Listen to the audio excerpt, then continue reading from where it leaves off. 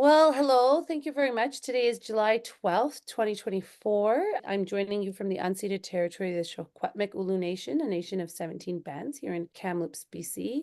It is my honor and privilege to host Dr. Namita Gupta, and she's joining us in this study in the very first episode of hearing from South Asian scholars from South Asia and their understanding and perspectives on social justice issues within their own geographical location, given their positionality and their work with their university.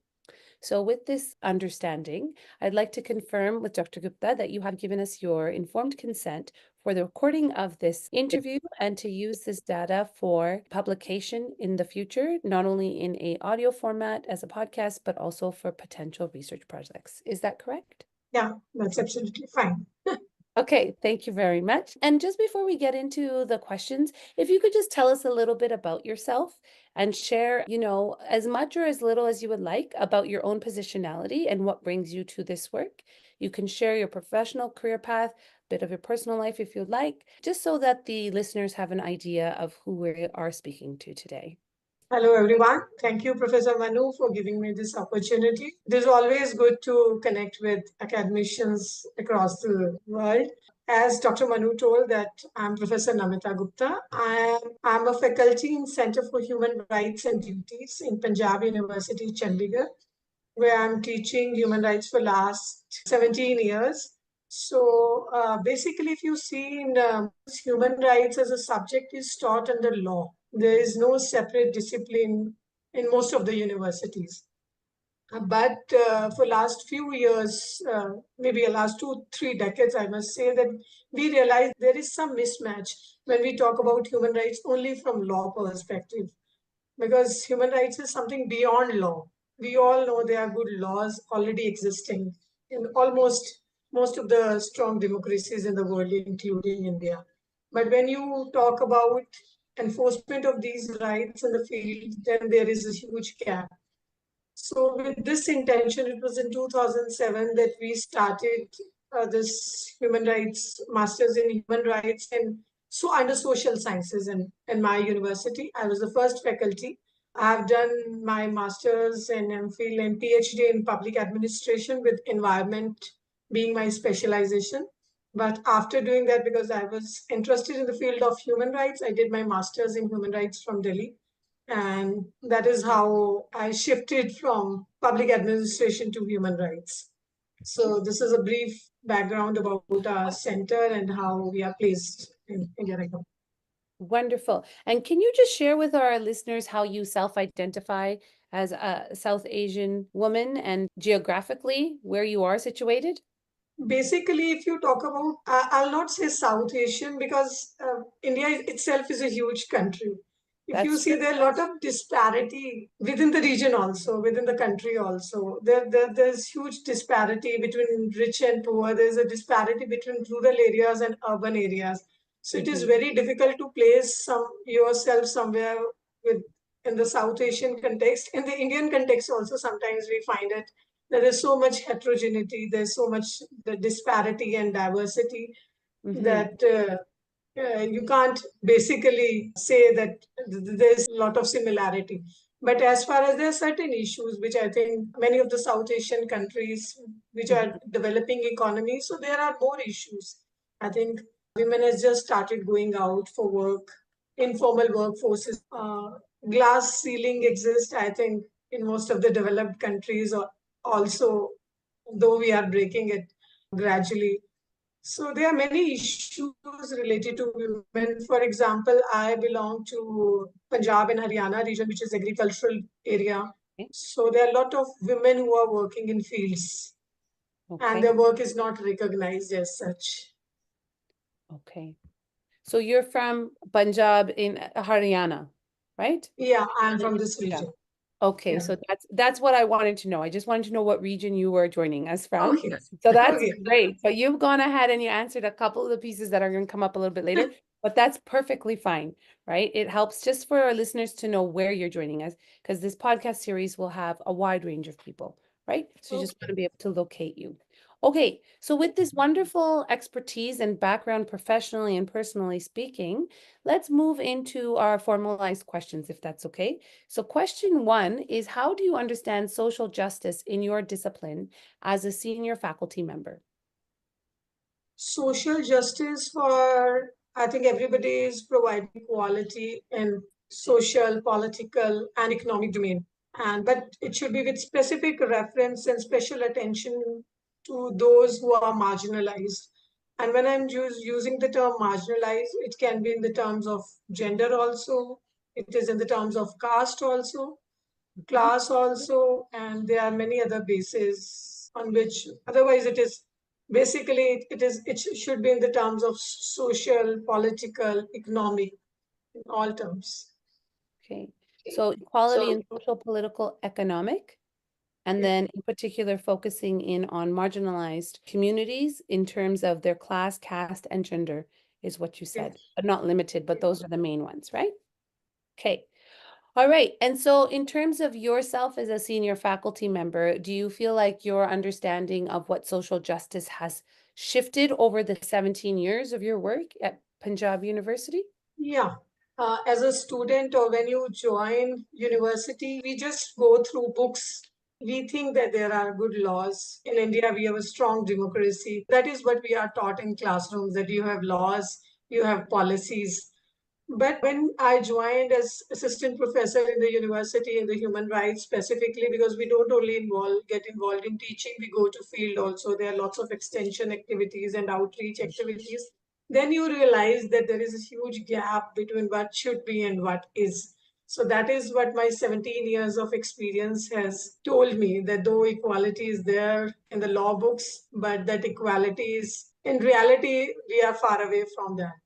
Okay. And people who are not enjoying that are basically not aware that they are marginalized or they are excluded from those rights. So that is the biggest irony I've realized when we go to field, that when we talk to women about domestic violence, they don't understand what the domestic violence is, though we have a strong law. Okay, so you're saying that what you were taught as a student in graduate studies has shifted from book theories that sort of speak to equality and democracy to actually what's on the ground in reality in India. And what you've noticed is that there are many people who would self-identify from a marginalized group who wouldn't necessarily understand that there were laws to protect them, but they're not able to exercise them. So they are not aware of equality protection in any of those senses, correct? Yes. Yeah. Okay. All right. So that's a very big undertaking and thank you for the example of, in terms of domestic violence, that is a very big piece that often, there needs to be a lot of education around that, to provide support to women and those who are affected by that. So great. That's helpful. All right. So question two that I have for you today is, what, if any, are the social justice issues you have encountered in your area of expertise? So your own area of human rights, right? And then contrasting it not only to the legal field, but to the practical side, because you talked about that you do field studies. What have you seen? You've given me an example of domestic violence.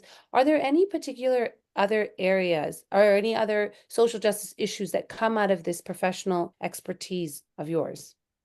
I think there are multiple issues if you go to field. For example, right now in university also we are talking a lot about LGBTQ rights in India and in universities. Okay. And in our campus, we have LGBT students who identify them as LGBT and ensuring them right to hostel, right to the dignity which they should have. The toilets, in fact, a student from the community took admission in our department. So there are certain specific communities. Similarly, if you talk about, because my area of research had been environmental justice, so we Yeah. see a lot of disparities and how the various resources are able. For example, if we talk about right to clean water, this is Yes. a basic necessity. But the way the quality of water has deteriorated in last few decades, you find that there is some inequality as far as access to clean water is concerned. Okay. So earlier rivers were clean and we are from the region where Punjab is called the river of five, land of five rivers. So there used to be a lot of rivers where the water was clean drinking water was accessible. But now the groundwater is getting depleted. Access to clean drinking water has become a problem. Yeah. So there are RO systems which government have to install in certain villages in Punjab where there were lots of cancer cases were there. Because lots of pesticides, fertilizers are being used. As I earlier told you that I am from that region, Punjab and Haryana, which is these we used a lot of pesticides and fertilizers. So now that same belt has become cancer belt. So there are lots of issues like this. Then earlier also I talked about gender inequality. So more women are going to workplace, but informal, unorganized work force, specifically in women, is still a they are underpaid, there are no securities of job. So these are multiple issues which, and these days we have started talking about rights of the homemakers also. Their effort is nowhere counted. Yeah. Okay, so we've got LGBTQ rights, we've got environmental justice, part of that being right to clean water. We've got gender inequality for being underpaid and no security in work or employment, and then potentially rights of homemakers as the main issues that you've seen in your field as an expert in human rights. Okay, Yes. great. That's very helpful and very insightful. What are RO systems? You had Can mentioned you? that the government had put in RO systems for the water. What does that mean? Can you help me understand that? Yeah, I'll explain that.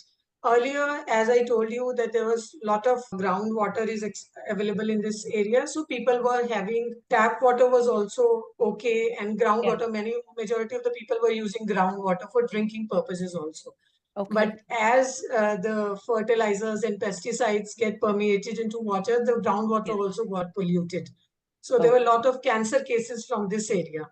So oh, to avoid that people drink groundwater, had that RO water, which we call the reverse osmosis systems installed oh. in the villages from where people can get clean water.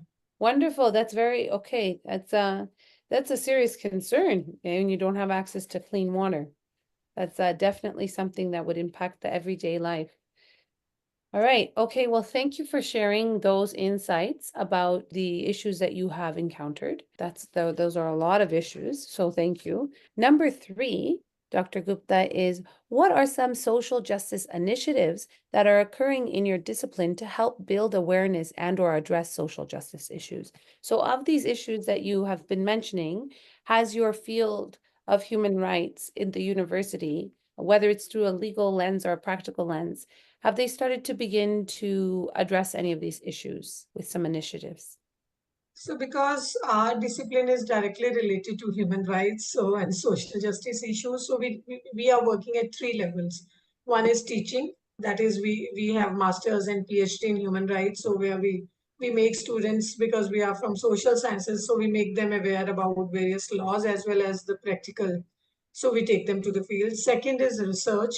So a lot of research is going on in our department on issues related to human rights, and I'll say that most of the PhDs we do, it is field based. So we don't encourage secondary database research.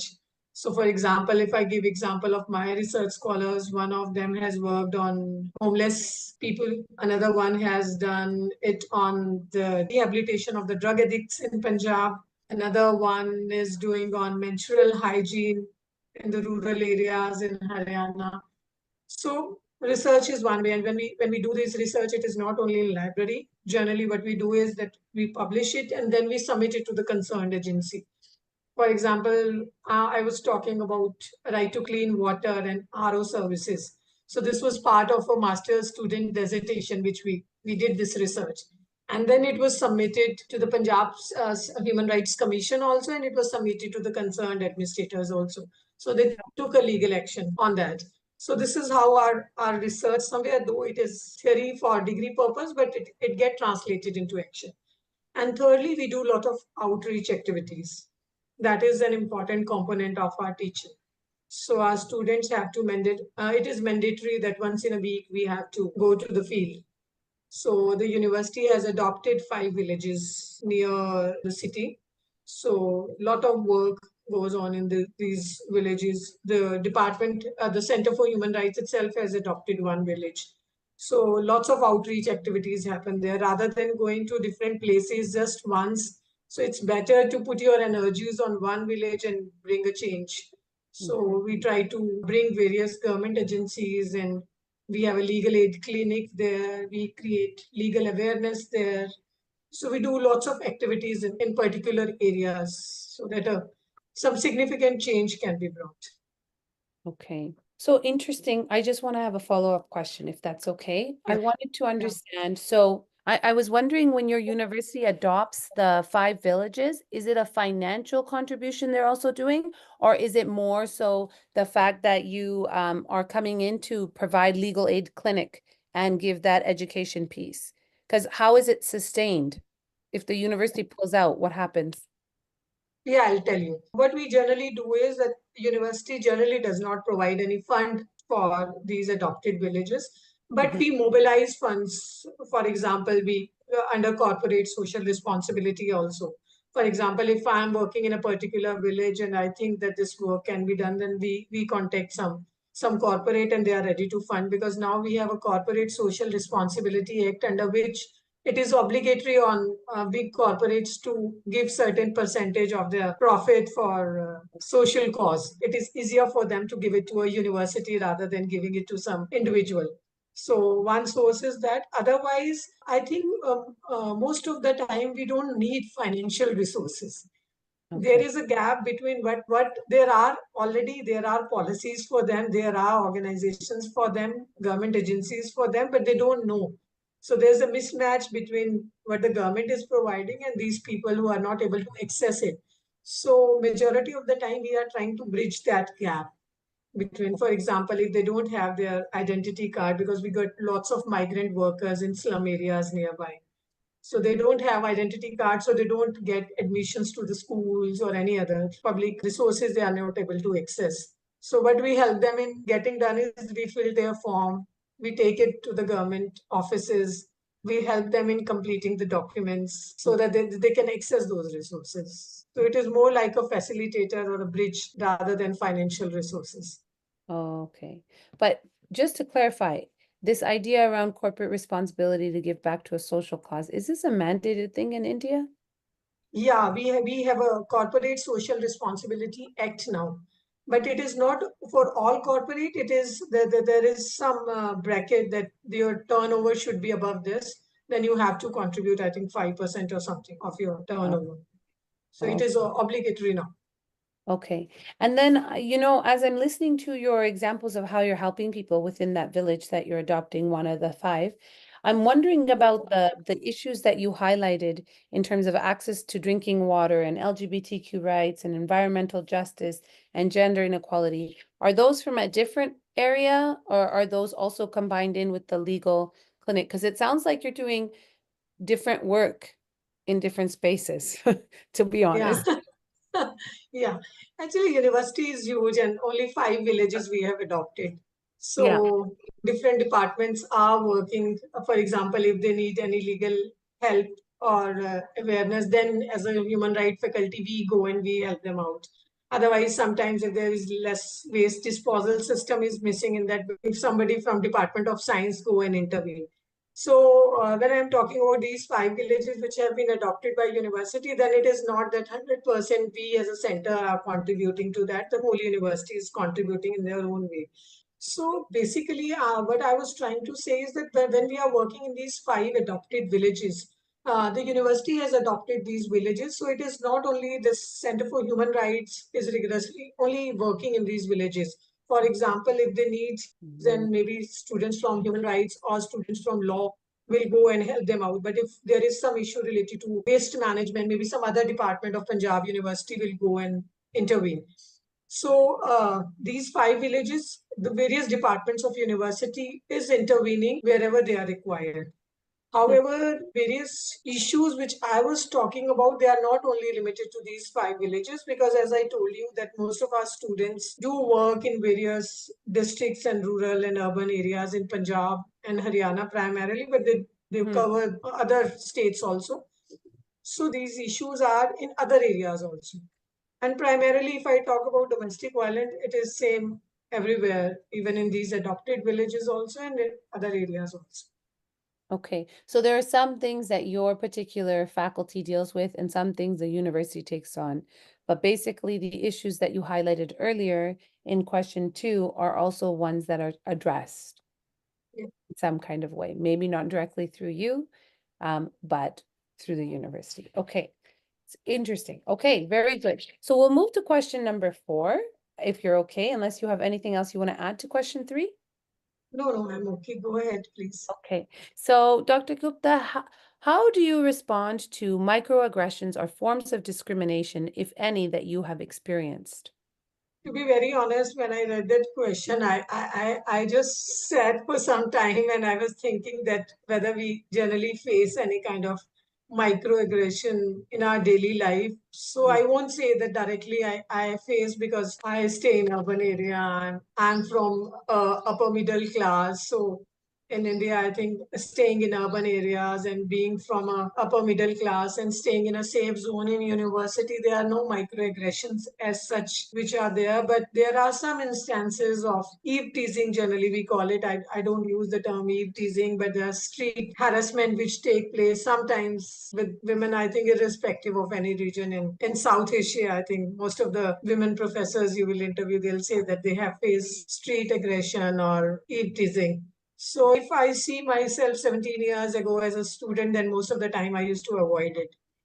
But now, when you're working in the field of human rights and you're more aware and you're more confident, generally we call the police. So we have a good system that we have number 100, so we call it, and it has been effective. Okay. Did you call it Eve teasing? That's EVE? Yeah, EVE. This is a very common term we use in India, though now the academicians have real problem with the term. Because if somebody is harassing anybody on the street, you can't call it teasing. Yeah. But this is a common term, which is generally, if you talk anybody in India, they'll use the term eve teasing.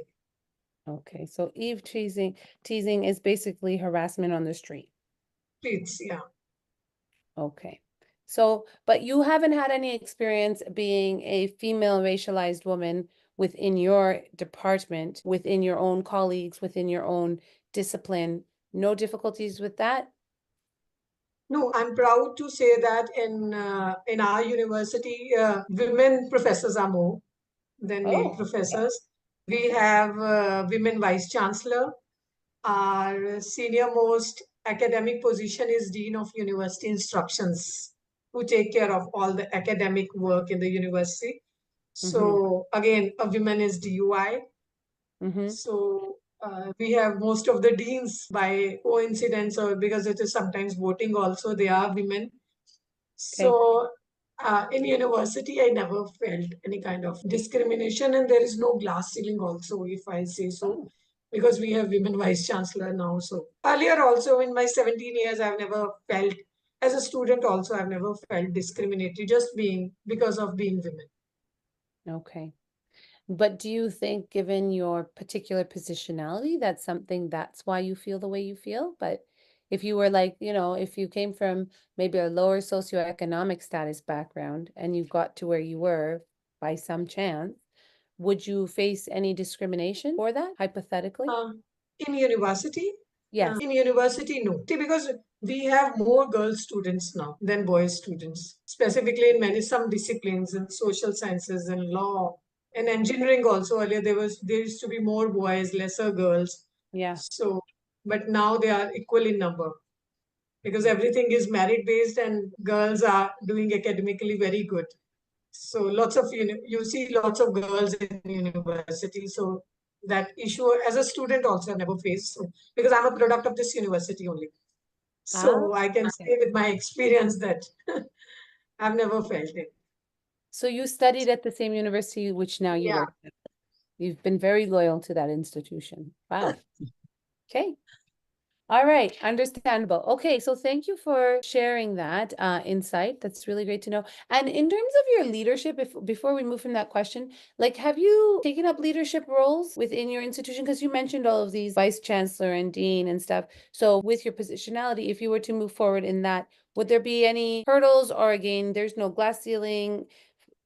Finance would be appropriately compensated. People would be given the opportunity, even if you are a woman and racialized, to go ahead and pursue whichever leadership role that you would like. So I think I should have told it earlier that I am also Director Public Relations in Punjab University. So So you I have a handle leadership the, role. yeah, I already have a leadership role and I was the chairperson of this department also. So in Oh, our university, we have, this is very interesting concept that we have chairpersonship on the rotation basis.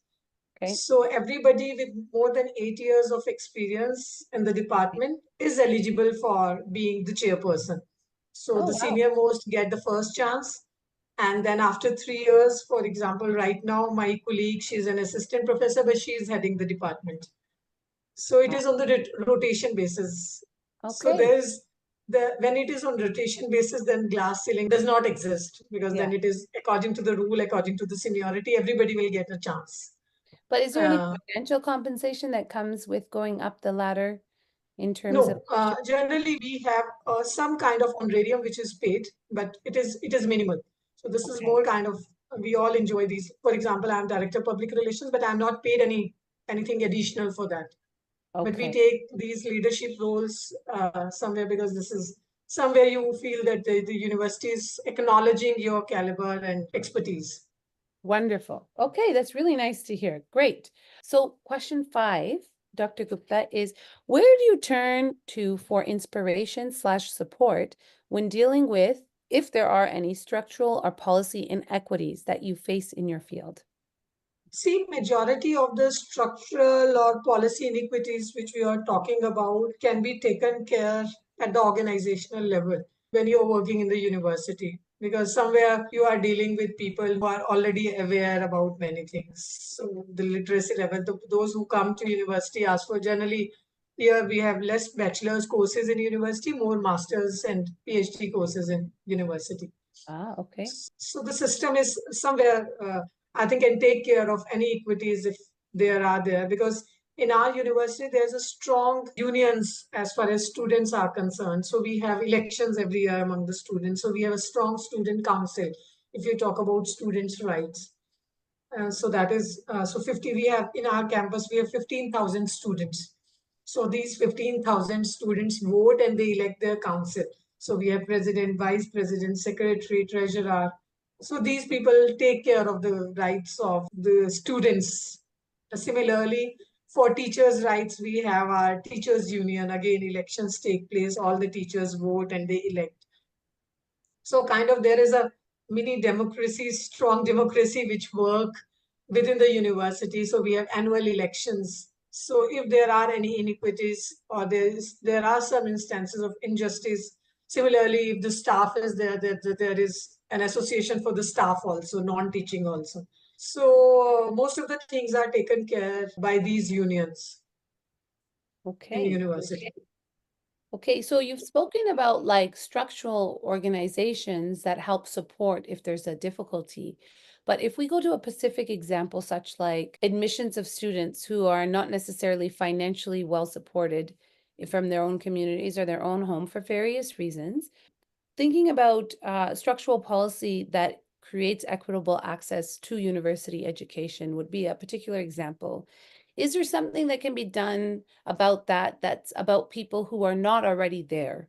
Because you've spoken about students who are already there, you've spoken about teachers and not teaching staff and faculty, but those people are already there. So they have a certain level of privilege and positionality already and acquaintance with the university. But thinking about structural inequities in terms of admissions or in terms of policies that don't necessarily favor the autonomy of students when it's in conflict with faculty, let's say. So how Okay, can see, you give me some typically examples or for about that? So basically, you are talking about kids who are aspiring to be taking admission in university. Sure. Yeah. Yeah. Yeah. That would be So one that is, structural inequity, right? yeah, I'll take that example only. So they are Okay. aspiring voters also, if you see it from the Okay. student union's perspective. So right Yeah. now, admission process is going on in the university, and if you'll sometime visit in Punjab University, I'll show you that it is very interesting that the student unions try to impress them only when they are entering, because there are Mhm. various parties which are functioning among the students also. Yeah. So they want that when these students take admission, they vote for that particular party. So they Yes. start, once these people, those who are applying for the admission, they start coming to the campus for submitting their application form or Right. for inquiring for any fee, or they Mhm. need any other facility. So these students are in a way facilitating, so that if these students get admission, then they'll vote in their favor. Mhm. So lots of these organizations these days are active within the campus. Mhm. Though university has its own mechanism, we have our own help desk corners where university facilitate. But I have seen in last few years that rather than they are coming to the university authorities, they are more comfortable with the student unions. So they facilitate them at each and every step. So Okay. that is taken care at the admission level also. What I'm talking, so that's helpful, but what I'm talking about are students who don't normally fit the requirements to come into your university. So maybe somebody doesn't have enough fees to get in, or maybe somebody doesn't have the highest grades to get in, or maybe they didn't finish their high school for XYZ reasons, or they're a mature student and they're returning, or maybe they're an expecting mother and they want to come. How does your school, your university, handle structural level policy around that? Or that is there no problem? Everyone can come regardless of what grades they have, how much money they have. Is it like free for anybody to enter, barrier free? Or are there some structural barriers that keep some things not accessible, like entering into Yeah. the university? So you have talked about different groups, so I'll try Hmm. to clear it out.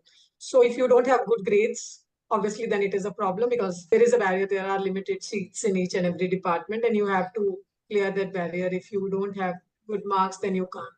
The fee is reasonable because it is a public university. If you talk about Punjab University, it is one of the oldest university in India. It was earlier in Lahore before independence. So after independence, this university was shifted to Chandigarh city. Okay. So it has a long legacy, and we get lots of funds from the government of India and from UGC. So fee is reasonable. So even after that, if there is some problem, then economically poor sections, they get Yeah. some fee concessions also. So there's Okay. a provision for fee concessions in the departments also. Though the fee is already minimal, but there are concessions in the Mhm. hostels also. If they are staying in the hostel, then there are concessions in the hostel also. So there Okay. are clear policies for that. So for pregnant women, if they get that those leaves, for example, if any pregnant women is pursuing PhD, then they are given more years to complete it. For example, Okay. if it is 6 years, then they are given 2 more years. So there are lots of policies to facilitate various groups. But yeah, as far as admission and good grades are concerned, if you don't have grades, then we don't compromise on Okay. quality. There's never been a time, Namita, in your 17 years at this university that there's never been some sort of structural inequity, whether it's in a form of a policy or a guideline or just something that's not said but followed. There's never been any difficulty for a No, student or a faculty member about, that you would classify as a structural inequity. I won't say that the system is perfect, because Hmm. if you talk about human rights, they are always evolving. Right, right. So when some new issue arise, you try to create the policy, but there's always a gap in the public institutions take place. And I think during that period, there are some people who suffer. For example, I was talking about LGBT community. Yeah, So few years back, there was first student who identified them as LGBT from the LGBT community and took admission in the Masters of Human Rights. right. So she said that there is no because we have fee concessions for economically weaker section, but we did not have any fee concession for the LGBT community. Yes. So she said that she can't pay the fee. Yeah. So we had to put application. You have to go through the governing bodies. Hmm. We have a senate, we have a syndicate. So you have to go through that process. And finally, that they got that fee concession. All the transgenders get fee concession in university. They don't have to pay tuition fee.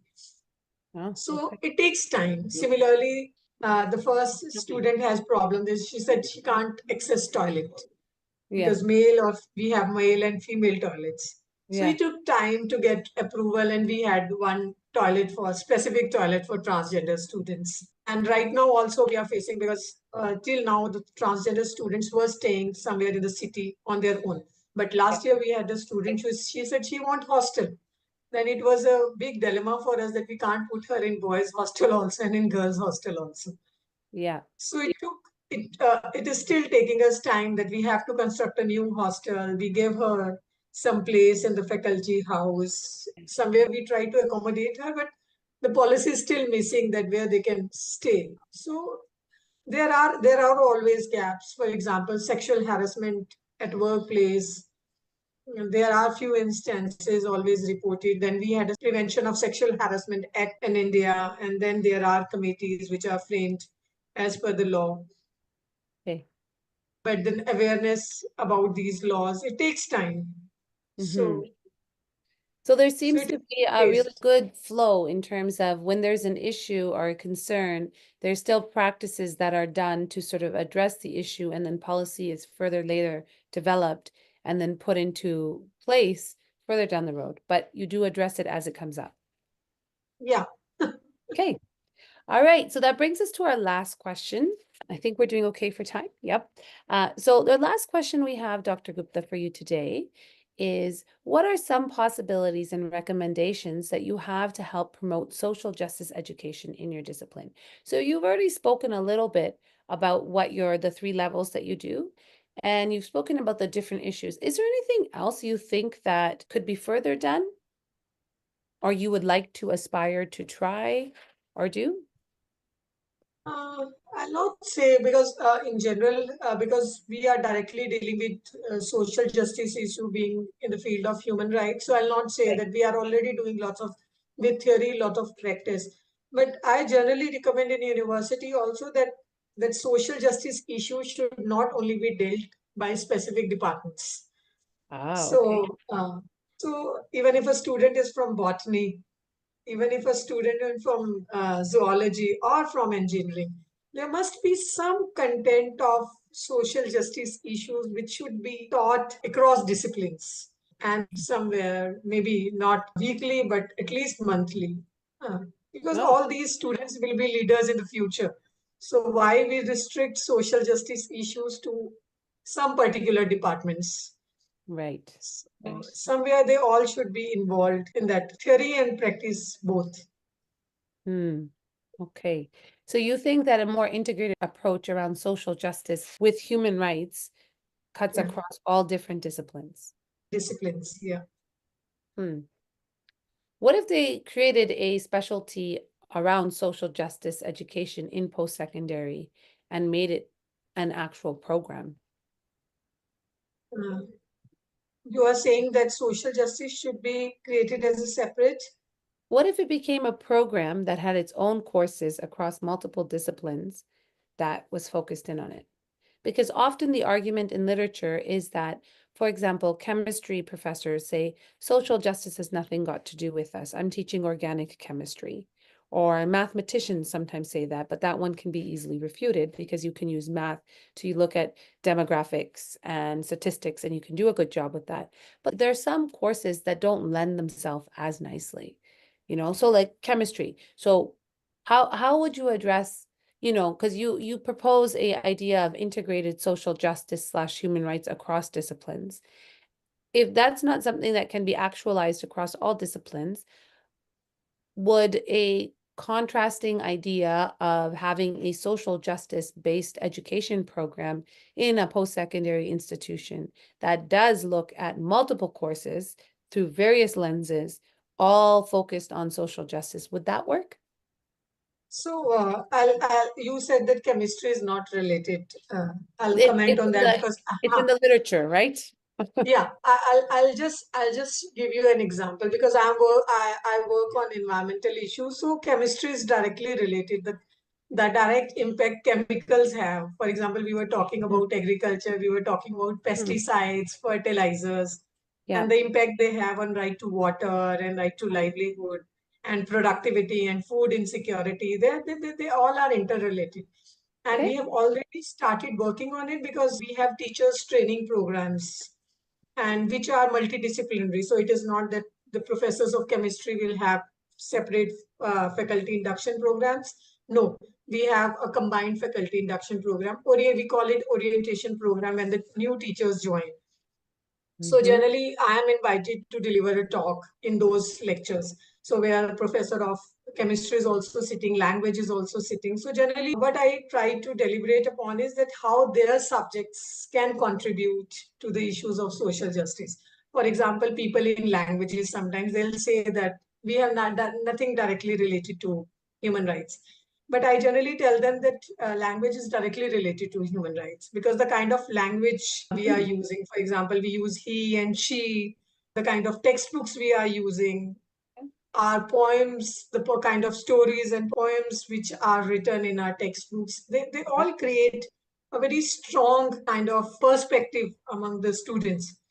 So language people directly impact. So similarly, chemistry is directly related. Okay. Mathematics, you directly said. So we can't say that only one discipline. So what you are suggesting is somewhere something can be done where people from human rights can go everywhere. Rather than having a separate program, what we can do is that we can have some kind of, as we have some orientation programs for the teachers, similarly, we can have some monthly program for the students where they can sit together across the disciplines and can discuss human rights issues. Right. Okay. So I'm going to push you just a little bit more. What happens when you have faculty that say, actually, I don't really want to teach around the connection between my discipline and social justice? This is not my cause. This is not why I became an academic. This is not what I want to teach my students. I want to just be dedicated purely to my subject area and content material specific expertise. How do you address faculty who are unwilling to go this bit? If you realize when we talk about social justice issue, if you see it from discipline perspective, obviously the faculty from chemistry or botany or zoology, they'll not be interested. But if you talk, because somewhere when we are talking about social justice issues, we have to convince them that it is not something related to theory. It Mm-hmm. is their day-to-day life which is getting affected. For example, if a faculty from botany is facing some type of sexual harassment at workplace and she's not aware about the laws, she's Mm, not aware about what is domestic violence is, because domestic violence is not only physical abuse. So okay. if they don't know about these things, then their own rights get affected somewhere in their personal life also or in the public domain also. So we have to bring it out, these social justice issues out of the discipline category, and we should bring them to the day-to-day survival issues. Okay. For example, right to water, we were talking about. Why only students from law or human rights should talk about right to water? The faculty Mm, from botany or zoology or chemistry, they are from somewhere, from, we all are from rural backgrounds, somewhere our native places. So their right to water get affected somewhere in the rural areas. So it right. is more about being socially aware rather than being aware about any discipline. Okay. Wonderful, Dr. Gupta. Thank you very much for your rich insights and your very thoughtful and wise answers to all of the questions. Really appreciated the examples and insights that you shared with us today. And I appreciate the time you have taken once again to meet with us. But that concludes our podcast for today. Unless you have any final words or final questions that you might have that you want to share at this point. No, it was pleasure interacting with you.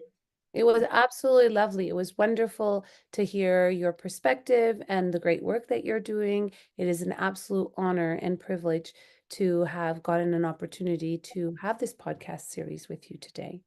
So thank you for this. Thank you.